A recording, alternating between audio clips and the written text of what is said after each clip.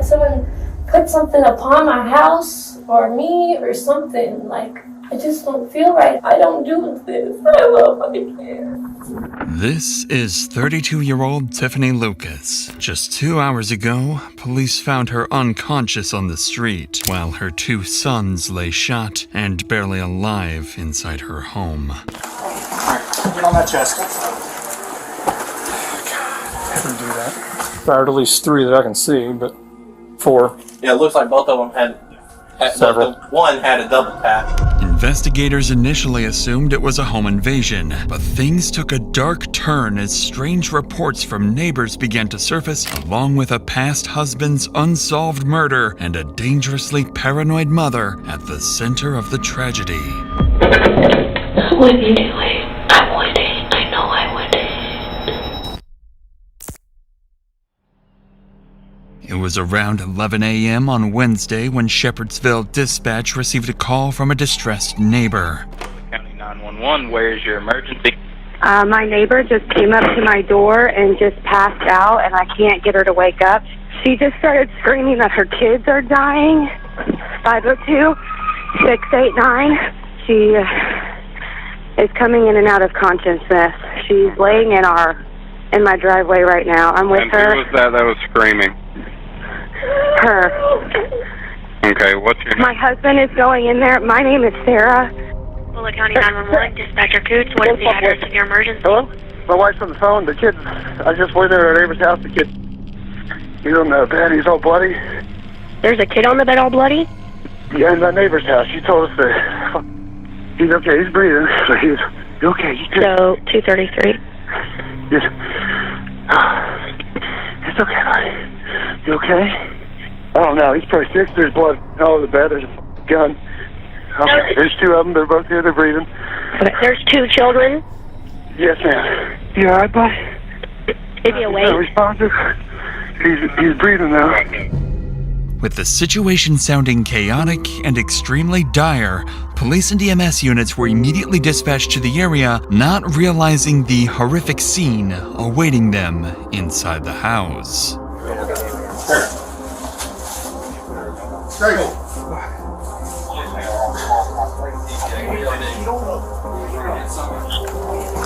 Get on that chest. Never do that. There you go. Where's... Getting your work on stuff, buddy. Where's...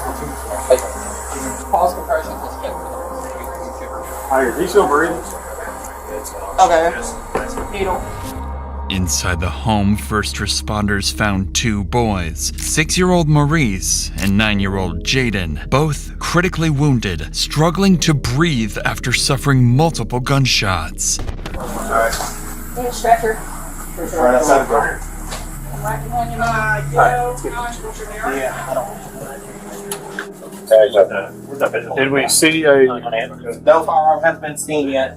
I mean, don't... Just... there's a dog right here. It's interesting. He's been there the whole time. Fired at least 3 that I can see, but 4. Yeah, it looks like both of them had Several. One had a double tap. Okay. The one I had only seen one looked like it went in the back and out the front. Okay, well, she's got... There's 4 shots for sure that I can see. Take him somewhere. He's not good. Come here, it's okay. It's okay. Come here. It's okay. Come here.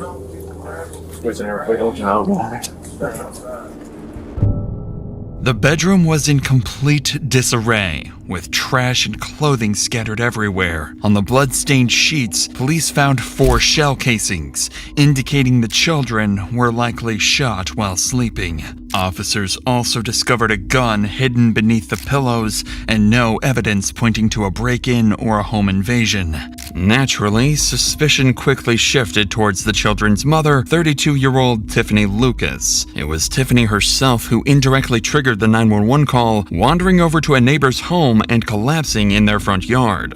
Given the strange circumstances, officers detained Tiffanie just outside the house, finding her semi-unconscious and soaked in her own urine. She's conscious. She's conscious still. 1, 2, 3.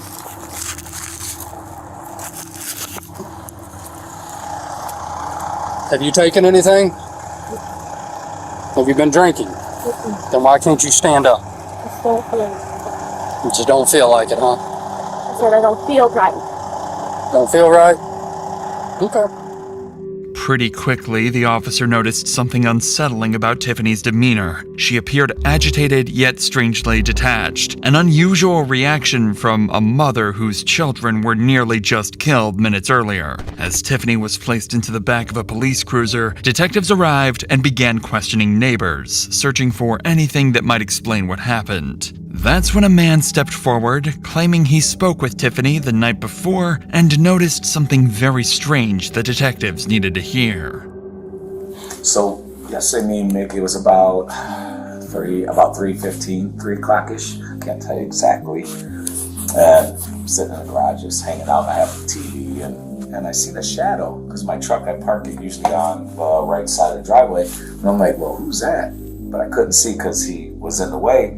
And she came from the side of my truck. She's like, hello. And I'm like, hey, you know, I was literally like, hey, what's going on? She's like, can I borrow your phone? My phone's not working. And I said, absolutely. And she said, I just need my neighbors. And she's like, well, I need to use your phone. I said, okay. I can tell you the number. She called 2 numbers from my phone. None of the numbers seemed like answered, but she then handed me my phone back. So then she said, thank you. Turned around, started walking away, and I'm like, she stopped right at the end of my driveway and looked up. Literally, like, looked up in the sky and maybe thought what I said. I don't know. And then just went, sat in her yard. And me and Mickey looked at each other. I said, Mickey, get Dee Dee to go over there and talk to her. I kind of let the lady, try to see if the ladies could handle that situation, you know, like being female. So she seemed okay, but I thought something was off. I felt like something was clearly off. The neighbors' observations pointed detectives towards 2 possibilities. Either Tiffany had suffered a psychotic episode and attacked her children, or someone connected to the unknown number she called had influenced her into committing it. The latter possibility would soon reveal itself as a twisted version of the truth. But for now, it was becoming clear that investigators needed now was a clear confession, a motive, and whether anyone else played a role. So before beginning the interview, detectives looked deeper into Tiffany's background and discovered interesting details. Tiffany was a business owner in 2016, only to go bankrupt a year later. She also lost custody of her children in 2018 due to drug use. But most troubling of all, her husband was the victim of a homicide in 2019, and the killer was never caught. With this information in mind, the officer prepared Tiffany for an interview. However, extracting an admission from her would soon become the least of their concerns. But before we continue, sometimes the most devastating injuries are the ones you can't see. That's what happened in 2018, when Chad Festa was rear-ended at a red light in Sanford, Florida. Despite suffering severe spinal injuries, his insurance company offered just $100,000 and even hired investigators to film him coaching his kids' baseball teams. That's when he turned to the sponsor of today's video, Morgan & Morgan. Their attorney fought through 2 trials and secured a $6.1 million verdict for Chad. Just like Chad, if you're seriously hurt because of someone else's negligence, you deserve to be paid. But getting fair compensation isn't easy. That's why Morgan & Morgan exists. They don't settle for lowball offers. They fight for the maximum compensation you deserve if you end up working with them. And crucially, unless they win your case, the fee is absolutely free. There are no upfront costs or hidden charges. You pay nothing if they don't win for you. They won $12 million for a car crash victim in Florida and $26 million in Philadelphia. Wondering if you have a case? It takes only a few minutes to find out. You can start your claim now with Morgan & Morgan by visiting www.forthepeople.com/insanitybodycam found in the description, or by scanning the QR code on screen. With that said, let's get back to the investigation. Take a deep breath. Take a deep breath. Take a deep breath. Come on up. Sit up, sit up, sit up, sit up, sit up. You alright? Sit up, sit up, sit up. What's going on? Just sit up, sit still. Take a deep breath. Just Take a deep breath for me, in your nose and out your mouth. You good? All right, take a deep breath. I don't want you to fall over again. Just stop. Stop. Move your fingers. That's me. I'm watching you on camera. Move your fingers. Watching Several me? times. Yeah. Move my fingers how?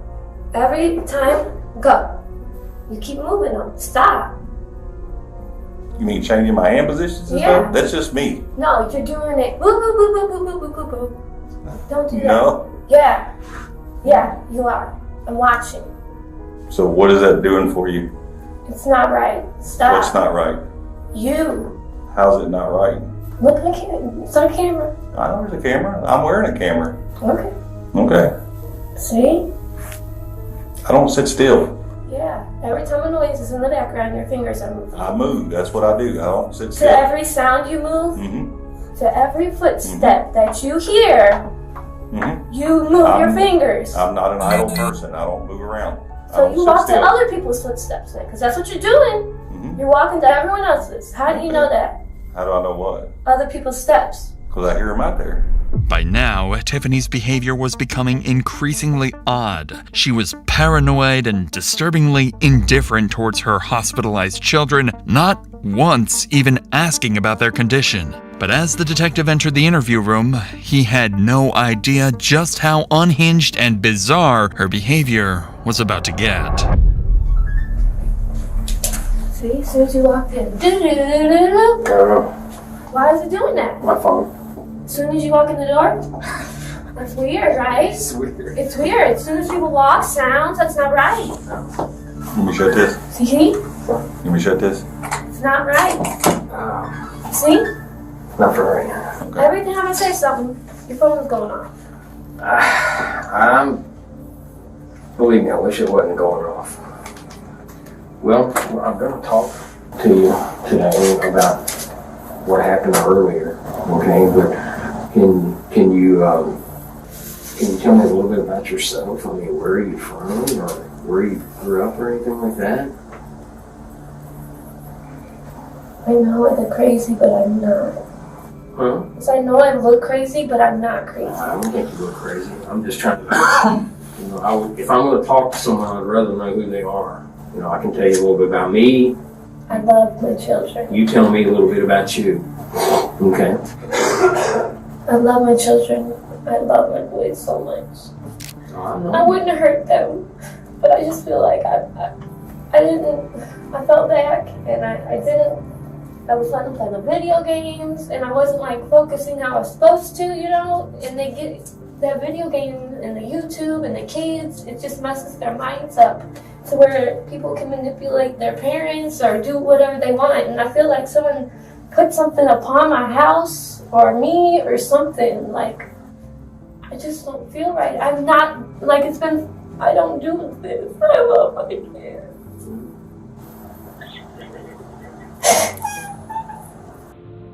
Earlier you said something about PlayStation games or something? Yeah. What about it? It's like those games manipulate the children, the YouTube, and just, haven't you ever heard anything like that before? I mean, yeah. Like, I really feel like it is manipulating for the children, and they get into the children's homes and, break the families up. That's what I feel. I mean, you could be right. I am right. Yeah. And I know I'm right. Yeah. And you do too. Yeah. You do. I mean, You just know. the stuff that's on the internet that you have access to now is It's terrible. It's terrible for the kids, and they need to stop. Like, my kids are beautiful angels, you know, and Tiffany's bizarre claims of mind control and paranoia towards technology was a sign that there might be deeper, more disturbing motives behind the shooting. The detective was quickly realizing he was dealing with someone whose mental state was deteriorating by the minute. He needed to find a way to extract an admission from Tiffany and uncover the real reason behind the attack before things got even more unpredictable. But before he could press further, Tiffany unexpectedly introduced another person into the story, someone she insisted was directly responsible for what had happened. Were they misbehaving earlier? no, No? they're perfect. They are? Do you know what happened to him today? Can you talk to me about that? I just did. Hmm? I just did. Well, you said something about the PlayStation and YouTube and all that, which makes sense and I understand. I feel like someone tried to manipulate me through my phone, manipulate me through my house, doing stuff to me. What are they doing to you? Manipulating my mind. Parker Borders. His name is Parker Borders. What about him? He lives in Bardstown, and I'm pretty sure he's been manipulating my mind for like 3 years. Really? Through my phone, putting up things in my house, like real evil, dark, weird stuff, like trying to... Like trying to get you to do things? Yeah, like alter my mind, like completely like flip me, like I'm a woman of God, I don't do... Yeah. You don't hurt your children, you protect them, and I feel like I have to protect my children. Right. I would never do something like this unless someone manipulated me. So do you think Parker actually manipulated you into hurting your kids? Think so? Yeah. Tiffany's claims about Parker Borders immediately raised red flags for the detective. Extreme psychological manipulation isn't unheard of. Individuals have indeed been driven into horrific acts through isolation and emotional pressure. But whether Tiffany was truly a victim, an expert manipulator, or highly delusional remains to be seen. When pressed for more details, Tiffany began revealing disturbingly specific information about Parker Borders. Who is this Parker guy to you? Just a friend, or? Like a sugar daddy type thing. I feel like it was portrayed out of revenge or something like that. Right. Before, I had a friend who was with him, and she mysteriously passed away in a car wreck.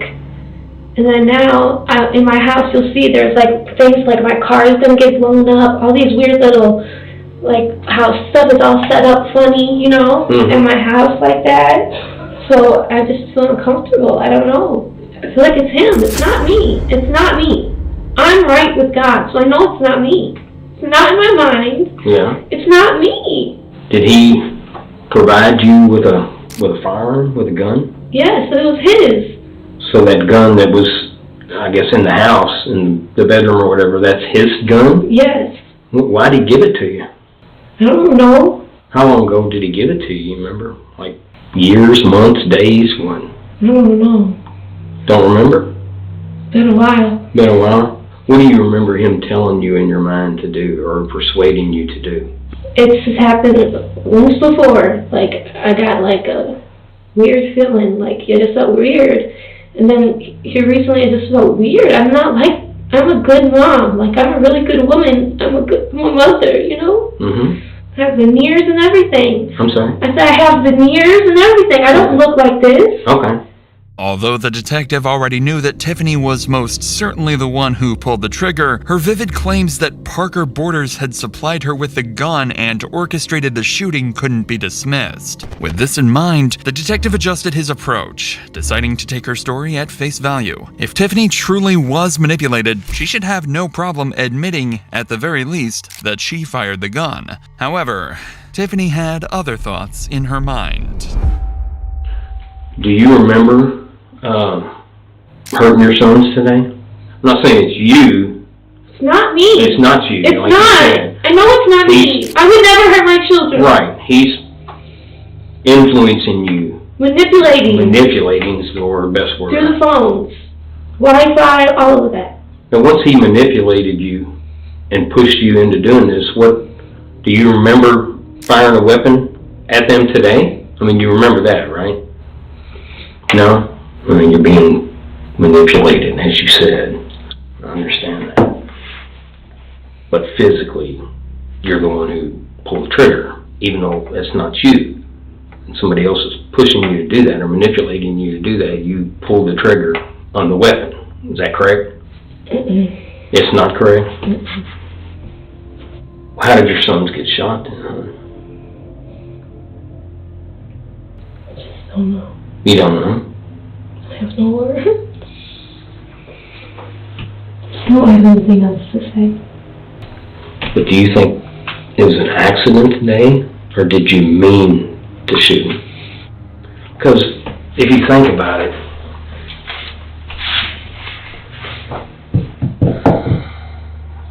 really, there were only, if you think about it, there were only, I guess, two ways of thinking on something like that. That it's an accident, you didn't want to hurt him, you didn't mean to hurt him, or you're the bad mom who wants to hurt him. Sorry, it's too late on the wall. I don't think you're the bad mom that wanted to hurt him. So you think it was, which one? Do you think it was an accident that you hurt him today? I know it's a rough question, but I gotta ask, you know. Accident? I would hope so. No, I just can't talk. Take a minute, alright? Get your breath. I don't want to talk anymore. I don't have nothing else to say. Okay. Even though she initially denied pulling the trigger, Tiffanie eventually admitted that the shooting was an accident. Following her admission, Tiffanie refused to talk further, leaving investigators uncertain about her true motive behind the shooting and if her claims about Parker Borders were real or just illusions. Fingerprint analysis revealed only Tiffanie's prints on the weapon, confirming that she was the sole handler and directly implicating her in the crime. Additionally, police found no evidence supporting the existence of Parker Borders or the friend allegedly killed in a car accident, leading detectives to conclude both were likely constructs of Tiffanie's mind. After her arrest, Tiffanie said she had struggled with opioid addiction for nearly 10 years, starting after she was prescribed painkillers for dental work. As her condition worsened, she turned to fentanyl and became increasingly paranoid, convinced that she and her children were being watched and targeted by a human trafficking ring. Detectives later learned she had been off drugs for 10 days, likely worsening her hallucinations. Believing she was protecting her children, she shot both sons, then tried to shoot herself, but the gun had jammed, which explains her earlier claim of being shot during a metal scan.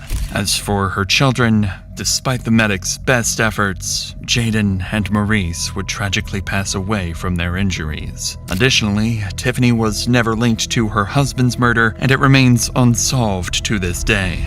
On November 22, 2024, she pleaded guilty to killing her 2 children. She received 2 consecutive life sentences and will be eligible for parole in 2043.